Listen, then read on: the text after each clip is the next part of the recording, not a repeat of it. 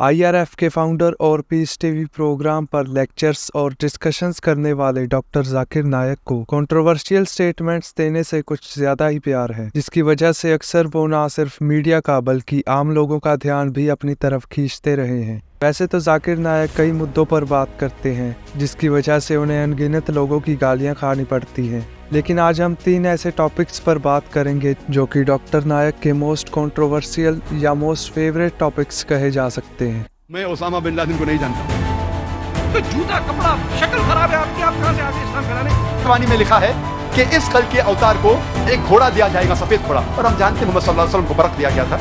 Controversial Indian Islamic preacher Zakir Naik. Controversial Islamic preacher Zakir Naik to India today confirming that Peace TV has been banned across the country. Doctor Naik की जिंदगी से जुड़ी सबसे बड़ी controversial statement आतंकवाद और जिहाद पर थी, जब उन्होंने कहा था कि हर मुसलमान को आतंकवादी होना चाहिए, जिसका मतलब उन्होंने बाद में आतंक को ख़त्म करना बताया।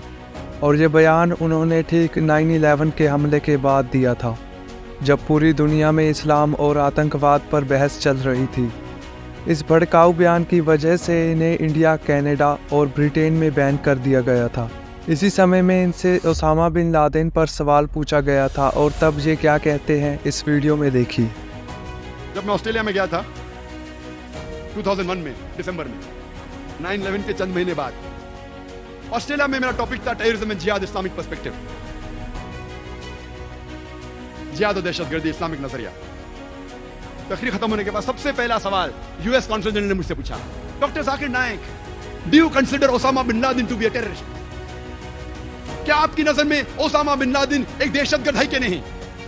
तो मैंने उससे कहा, मैं ओसामा बिन लादेन को नहीं जानता, ना वो मेरा दोस्त है ना मेरा दुश्मन है, ना मैंने उसके ऊपर तहकीक की है। लेकिन आप समझते अगर मैं रिप्लाई दूं बीबीसी और सीएनएन को सुन के, अगर मैं बीबीसी और सीएनएन को सुन के जवाब दूंगा तो मेरे पास कोई दो राय नहीं, बट कहने पड़ेगा दहशतगर्द है। लेकिन कुरान मुझे इसकी इजाजत नहीं देता।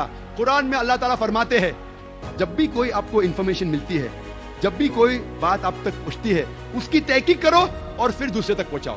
तो मैं बीबीसी देख के, सीएनएन देख के ये नहीं कह सकता कि ओसामा बिन लादेन टेररिस्ट है कहने।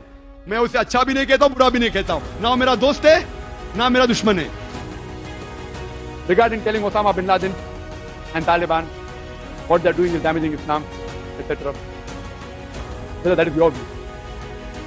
That is your view that Osama bin Laden and Taliban are damaging Islam.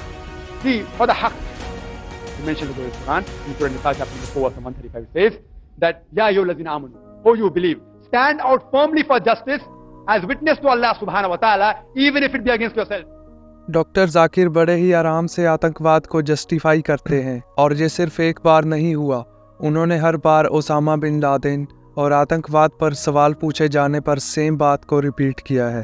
ये कहते हैं कि बीबीसी और सीएनएन जैसे न्यूज़ चैनल्स की बात मत सुनो, क्योंकि ये तो झूठ बोलते हैं, और तो और आतंकवाद को ख़त्म करने के लिए बाकी मुसलमानों को आतंकवादी बनने के लिए ही प्रेरित करते हैं, और उनके द्वारा मासूम लोगों की हत्या को भी सही बताते हैं। लेकिन दुख की बात यह है कि ऐसी घटिया सोच रखने वाले इंसान के लाखों फॉलोअर्स हैं जो इस तर्क को सही मानते हैं। डॉक्टर जाकिर नायक हमेशा दूसरे धर्मों के स्क्रिप्चर्स के रेफरेंसेस को लेकर इस्लाम को ही दुनिया का सर्वश्रेष्ठ धर्म ठहराने की कोशिश करते रहते हैं, और ज़्यादातर वो इन ग्रंथों में लिखी गई बातों का गलत मतलब निकालकर लोगों को मैनिपुलेट करते हैं। कभी वो कहते हैं कि भगवद गीता में हिंसा को बढ़ावा दिया गया है, तो कभी वो कहते हैं कि हिंदू धर्म में मांसाहार होने की अनुमति दी गई है।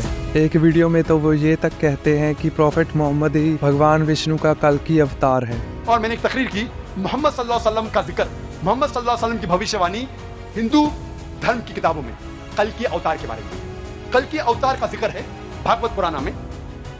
नंबर 1, इस कल के अवतार के पिता का नाम होगा विष्णु याश। विष्णु याश के मानी है खुदा का बंदा, और मोहम्मद सल्लल्लाहु अलैहि वसल्लम के वालिद के पिता का नाम था अब्दुल्ला, जिसके मानी है अल्लाह का बंदा, खुदा का बंदा। इसमें लिखा है कल के अवतार के मां का नाम होगा सुमति। सुमति मानी अमन। मोहम्मद सल्लल्लाहु अलैहि वसल्लम के मां का नाम था आमिना, जिसके मानी है अमन, जिसके मानी है सलामती। ये कल के अवतार पैदा होगा संभाला गांव में। संभाला के मानी अमन की जगह, और मोहम्मद सल्लल्लाहु अलैहि वसल्लम पैदा हुए मक्का में, जिसे कहा जाता था दारुल अमन।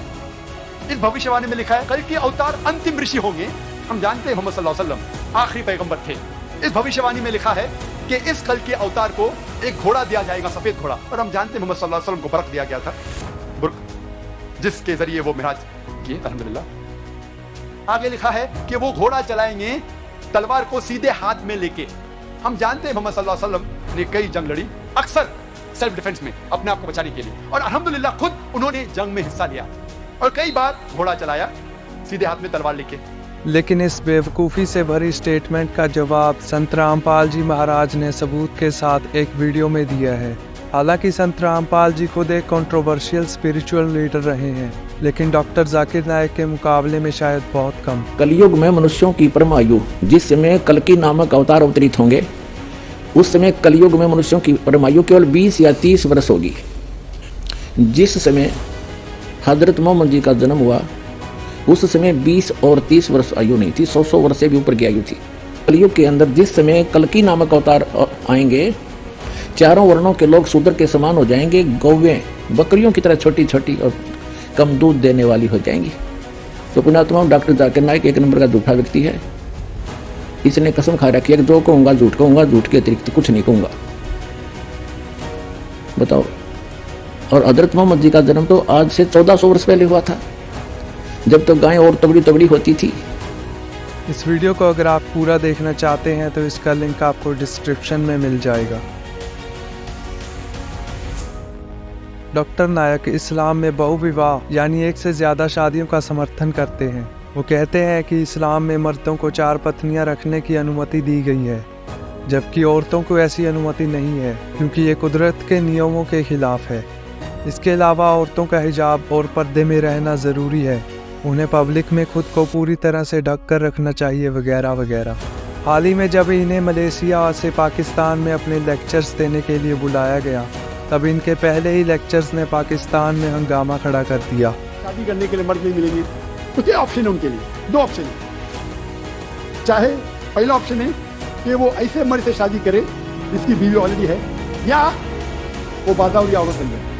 बाजारी औरत इतना सख्त लफ्ज, मैं इंग्लिश में बोलता हूँ पब्लिक प्रॉपर्टी, लोग एतराज देते हैं। मैं कहता हूँ इससे अच्छा लफ्ज मेरे पास नहीं। तो आप कोई भी इसके बाद ना सिर्फ पाकिस्तान की आम जनता बल्कि कई मशहूर लोगों की तरफ से भी डॉक्टर जाकिर को काफ़ी कुछ सुनने को मिला, मानो जैसे पूरा पाकिस्तान आग बबूला हो रहा हो। सबके अलावा डॉक्टर जाकिर नायक कुरान, साइंस, LGBT कम्युनिटी और मेडिकल साइंस के विचारों के लिए भी कंट्रोवर्सीज में रहे हैं। मेरी सलाह में डॉक्टर नायक एक पाखंडी और नीच किस्म के इंसान है, जो किसी भी कीमत पर अपने धर्म की बुराइयों को छुपाकर और कुरान में बताई अच्छी बातों को तोड़ मरोड़ कर केवल अपने धर्म के प्रचार करना चाहते हैं। और ऐसा करने वाला सिर्फ ये एक इंसान नहीं है, क्रिश्चियन धर्म में भी ऐसा होता है। हमारे हिंदू धर्म में तो ऐसे लोग रोज पैदा होते हैं जो कि साफ सुथरे धर्म को अपने फायदे के लिए इस्तेमाल करना चाहते हैं। लेकिन इन सब लोगों का धर्म से कोई लेना देना नहीं होता, ये सिर्फ लोगों को बेवकूफ़ बनाकर पैसा और ऐशो आराम कमाना चाहते हैं। धर्म ग्रंथों को समझना कोई आसान काम नहीं है, इसलिए ज़्यादातर लोग इनमें लिखी बातों का गलत मतलब निकाल लेते हैं। लेकिन दुनिया का कोई भी धर्म हिंसा और अत्याचार को बढ़ावा नहीं देता है, इसलिए इंसानियत और प्रेम से ही रहना सबसे बड़ा धर्म है। तो दोस्तों, आज की ये वीडियो अगर आपको अच्छी लगी हो तो वीडियो पर लाइक और कमेंट करके ज़रूर बताना। ऐसे ही वीडियोस देखने के लिए हमारे चैनल को सब्सक्राइब भी कर लेना। तो मिलते हैं आपसे अगली वीडियो में, तब तक के लिए पीस आउट।